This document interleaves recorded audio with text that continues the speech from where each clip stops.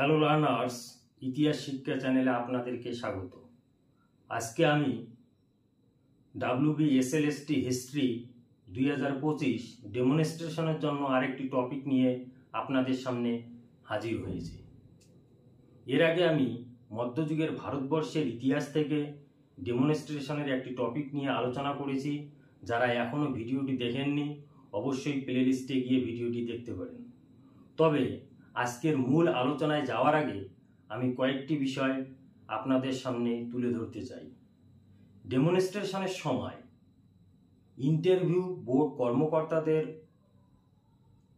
অনুমতি সাপেক্ষে আপনারা সেখানে ইন্টারভিউ কক্ষকে একটি শ্রেণীকক্ষ হিসেবে মনে করতে হবে আপনাদেরকে, এবং আপনারা যে বিষয়টি উপস্থাপন করবেন, যে বিষয়টি পড়াবেন, সেই বিষয়টি সম্বন্ধে অবশ্যই আগে থেকে খুব ভালোভাবে প্রস্তুতি নিতে হবে এবং সেই বিষয়টিকে মূলত তিনটি ভাগে ভাগ করে নেবেন। প্রথমত পটভূমিকা, দ্বিতীয়ত মূল বিষয়বস্তু এবং পরিশেষে উপসংহার। এর পরবর্তীতে আপনাকে মনে রাখতে হবে ডেমনস্ট্রেশনের সময় কিন্তু আপনাকে খুব বেশি দিবে না, তাই 5 থেকে 7 মিনিটের মধ্যে আপনাকে আপনার বিষয়ের মূল বিষয়বস্তু তুলে ধরতে হবে। তো যাই হোক, আজকে আপনারা দেখতেই পাচ্ছেন বোর্ডে, আজকে যে বিষয়টি নিয়ে আমি আলোচনা করব তা হচ্ছে পলাশীর যুদ্ধ, 1757 খ্রিস্টাব্দের পলাশীর যুদ্ধ। এই 1757 খ্রিস্টাব্দের পলাশীর যুদ্ধ ভারতবর্ষের ইতিহাসে একটি জলবিভাজিকা হিসেবে চিহ্নিত হয়ে আছে। তার কারণ বিভিন্ন ঐতিহাসিক 1757 খ্রিস্টাব্দের পলাশীর যুদ্ধের পর থেকে ভারতবর্ষে মধ্যযুগের অবসান এবং আধুনিক যুগের সূচনা বলে অভিহিত করেছেন। যেমন ঐতিহাসিক যদুনাথ সরকার বলেছেন, পলাশীর যুদ্ধের সঙ্গে সঙ্গে ভারতবর্ষে মধ্যযুগের অবসান ঘটে এবং আধুনিক যুগের সূচনা হয়। তো সালটা ছিল 1756 খ্রিস্টাব্দ। 1756 খ্রিস্টাব্দের এপ্রিল মাসে বাংলার নবাব আলীবর্দী খানের মৃত্যু হয়। তিনি অপুত্র অবস্থায় মারা যান। তার 3 কন্যা ছিলেন। তার কনিষ্ঠ কন্যা আমিনা বেগমের পুত্র ছিলেন সিরাজউদ্দৌলা। আলীবর্দী খান মৃত্যুর আগে এই সিরাজউদ্দৌলাকেই বাংলার নবাব পদে মনোনীত করে যান। কিন্তু আলীবর্দী খানের জ্যেষ্ঠ কন্যা ঘসেটি বেগম এবং তার পুত্র শৌকত জং এই মনোনয়নকে মেনে নিতে পারেননি, কারণ সিংহাসনের প্রতি তাদেরও একটা আশা ছিল। 1757 খ্রিস্টাব্দের পলাশীর যুদ্ধের পিছনে আমরা বিভিন্ন কারণের সমন্বয় লক্ষ্য করতে পারি। তার মধ্যে গুরুত্বপূর্ণ কয়েকটি কারণের কথা আমি উল্লেখ করতেছি। প্রথম যে কারণটি রয়েছে তা হল, নবাব সিরাজউদ্দৌলা যখন সিংহাসনে বসেন তখন ব্রিটিশ ইস্ট ইন্ডিয়া কোম্পানির পক্ষ থেকে কোনো উপঢৌকন সহকারে সৌজন্যমূলক কোনো আচরণ করা হয়নি নবাবের সঙ্গে। দ্বিতীয়ত, এই সময় ঢাকার দেওয়ান রাজবল্লভের পুত্র কৃষ্ণদাস ধন সম্পত্তি এবং বিভিন্ন নথিপত্র নিয়ে কলকাতায় ইংরেজদের কাছে আশ্রয় গ্রহণ করেন। নবাব কৃষ্ণদাসকে ফিরিয়ে দেওয়ার জন্য অনুরোধ করেন, কিন্তু ইংরেজরা তা কর্ণপাত করেননি। এর ফলে নবাব খুবই মর্মাহত হন এবং নবাবের দূত নারায়ণ দাসকে ইংরেজরা অপমান করে ফিরিয়ে দেন। এর পরবর্তী যে কারণটি রয়েছে তা হল কোম্পানির দস্তকের অপব্যবহার। আপনারা জানেন 1717 খ্রিস্টাব্দে ফারুকশিয়ার কর্তৃক এই দস্তক প্রদান করা হয়েছিল, কিন্তু এই দস্তক প্রদান করা হয়েছিল কোম্পানিকে, কিন্তু দিনের পর দিন কোম্পানির কর্মচারীরা এই দস্তকের অপব্যবহার করতে শুরু করেন। নবাব সিরাজউদ্দৌলা সিংহাসনে বসেই এই দস্তকের অপব্যবহার রুখতে পদক্ষেপ গ্রহণ করেন।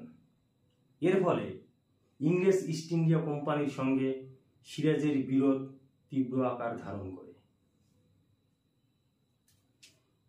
এইসব বিভিন্ন কারণের সমন্বয়ে যখন পরিবেশ উত্তপ্ত হয়ে ওঠে, সিরাজের পক্ষে ইংরেজ কোম্পানির আচরণ খুবই বিরক্তিকর মনে হয়ে ওঠে এবং তিনি প্রথমে কাশিমবাজার কুটি আক্রমণ করেন। এর পরবর্তীতে কলকাতা দুর্গ আক্রমণ করে দখল করেন এবং তার নাম রাখেন আলীনগর। কলকাতার দায়িত্বভার মানিকচাঁদকে দিয়ে সিরাজউদ্দৌলা মুর্শিদাবাদে ফিরে আসেন। যখন সিরাজউদ্দৌলা কলকাতা আক্রমণ করেন, তখন কলকাতা দুর্গের গভর্নর ছিলেন ড্রেক। তিনি এবং তার কর্মচারীরা ফলতায় গিয়ে আশ্রয় গ্রহণ করেন। এই কলকাতা পতনের খবর মাদ্রাজ প্রেসিডেন্সিতে পৌঁছালে রবার্ট ক্লাইভ এবং ওয়াটসনের নেতৃত্বে নৌবাহিনী সহযোগে একদল ইংরেজ সৈন্য কলকাতায় এসে পৌঁছায় এবং পুনরায় কলকাতা দখল করে নেন। এই সময় সিরাজউদ্দৌলার পক্ষে ইংরেজদের সঙ্গে বা ব্রিটিশ ইস্ট ইন্ডিয়া কোম্পানির সঙ্গে আলীনগরের সন্ধি করা ছাড়া আর কোনো উপায় ছিল না। তিনি 1757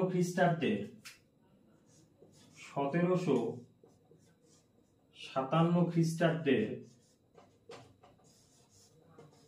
9 ফেব্রুয়ারি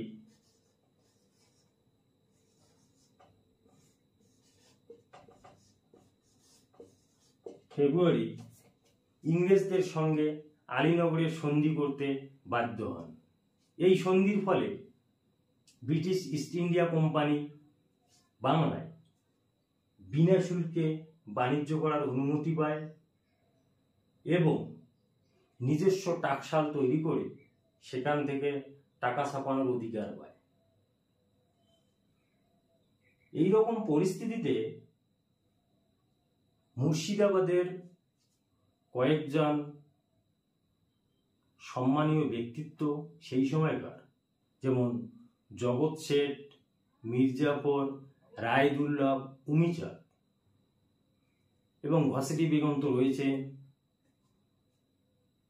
এই গোষ্ঠী নবাব সিরাজের বিরুদ্ধে ষড়যন্ত্র শুরু করে এবং এই ষড়যন্ত্রে রবার্ট ক্লাইভ যোগদান করেন, বা বলা যায় এই ষড়যন্ত্র রবার্ট ক্লাইভ এবং মুর্শিদাবাদের তৎকালীন যে ব্যাংকার, ধনী বণিক,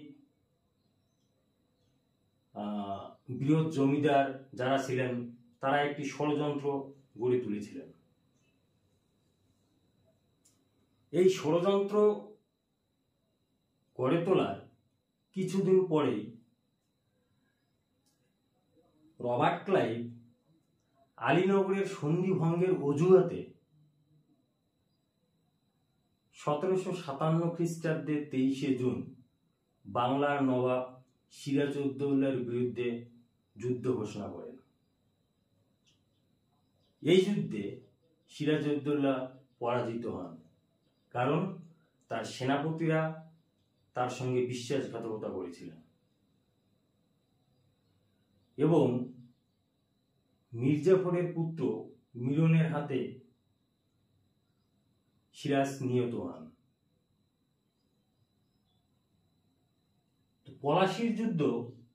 পলাশির যুদ্ধের ফলাফল বা এই যুদ্ধের ফলে ব্রিটিশ ইস্ট ইন্ডিয়া কোম্পানির কি লাভ হয়েছিল?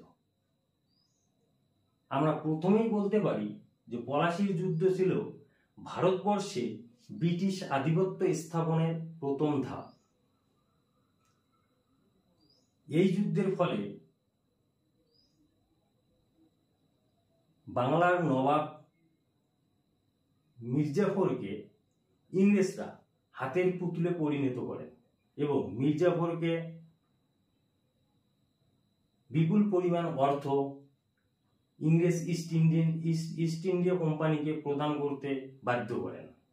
এক কথায় বলা যায়, পলাশির যুদ্ধের পর থেকে British east India company king makers এর ভূমিকা গ্রহণ করেন। একের পর এক নবাবকে তারা নিজের ইচ্ছা মতো বসান এবং তাকে বরখাস্ত করে আবার নতুন নবাবকে বাংলার মসনদে বসান। এই যুদ্ধের ফলে British east India company Bangla থেকে সম্পত্তি লুট করতে শুরু করে। বাংলার সম্পত্তি থেকে তারা বোম্বাই এবং মাদ্রাস প্রেসিডেন্সির খরচ বহন করতে থাকে। এই সময় কর্ণাটকের তৃতীয় যুদ্ধের যে খরচ হয়েছিল তার বিপুল পরিমাণ অর্থ বাংলা থেকে সরবরাহ করা হয়। বিভিন্ন ঐতিহাসিকরা এই বাংলার সম্পদ নিষ্কাশনকে পলাশির লুণ্ঠন বলে অভিহিত করেছেন এবং ব্রিটিশ সরকার বা ব্রিটিশ ইস্ট ইন্ডিয়া কোম্পানি এই সময় থেকেই বাণিজ্যিক এবং সাম্রাজ্যবাদ বিস্তারে অংশগ্রহণ করতে থাকেন। পরিশেষে বলা যায় যে আমি ডক্টর বিপিনচন্দ্রের একটি উক্তি দিয়ে এই আলোচনাটি শেষ করব। তিনি বলেছিলেন যে পলাশির যুদ্ধ একটি খুবই গুরুত্বপূর্ণ ঐতিহাসিক ঘটনা। প্রথমে বাংলা এবং পরবর্তীকালে সমগ্র ভারতবর্ষ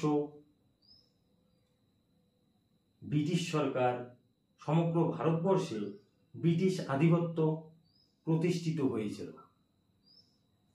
এখানে একটি বিষয় মনে রাখতে হবে, এই টপিকটি নিয়ে ডেমনস্ট্রেশন করতে গেলে টেক্সট বইয়ের পাশাপাশি আপনাদেরকে কয়েকটি রেফারেন্স বইয়ের নাম মনে রাখতে হবে। যেমন ঐতিহাসিক ব্রিজেন গুপ্তের লেখা Sirajuddaulah and the English East India company, এছাড়া নবীনচন্দ্র সেনের লেখা পলাশির যুদ্ধ এবং সুশীল চৌধুরীর লেখা পলাশির অজানা কাহিনী। এই বই তিনটি সম্পর্কে আপনাদেরকে অবশ্যই এই বই তিনটির নাম অবশ্যই মনে রাখতে হবে এবং পারলে বই তিনটির অ্যাবস্ট্রাক্টগুলো আপনাদেরকে মনে রাখতে হবে। তো ভিডিওটি ভালো লাগলে অবশ্যই লাইক ও শেয়ার করবেন এবং চ্যানেলে নতুন হয়ে থাকলে অবশ্যই চ্যানেলটিকে সাবস্ক্রাইব করবেন। আপনাদের গুরুত্বপূর্ণ মতামত অবশ্যই কমেন্ট বক্সে জানাবেন। ধন্যবাদ।